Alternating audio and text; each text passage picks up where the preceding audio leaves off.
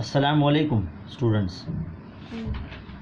देखिए, हमारे इस यूट्यूब चैनल खान्स अकेडमी पर तमाम उर्दू मीडियम के बच्चे तो सीख ही रहे हैं, लेकिन हमारा एक और दूसरा चैनल है जैसे कि आप जानते ही हैं, वसीम खान सर के नाम से, जिसका लिंक आपको इस वीडियो के डिस्क्रिप्शन में मिल जाएगा। वहाँ पर स्पेशल सीरीज़ हमारी शुरू है उन बच्चों के लिए जिनका मैथ्स इंग्लिश में है, या वो सेमी मीडियम से है या इंग्लिश मीडियम से है, जो भी है, तो वो फ़ायदा उठा सकते हैं। वहाँ पर हम हॉट्स क्वेश्चन के जो है वीडियोस डाल रहे हैं एक्सप्लेनेशन के साथ। जो मार्केट में बुक अवेलेबल है, नवनीत पेपर सोल्यूशन या टारगेट पेपर सोल्यूशन, सबका जो सोल्यूशन है हम वहाँ लेकर आते रहेंगे।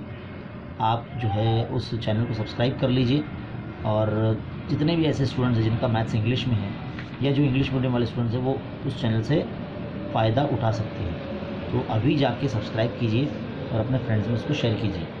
मिलते हैं वीडियो में। Thank you.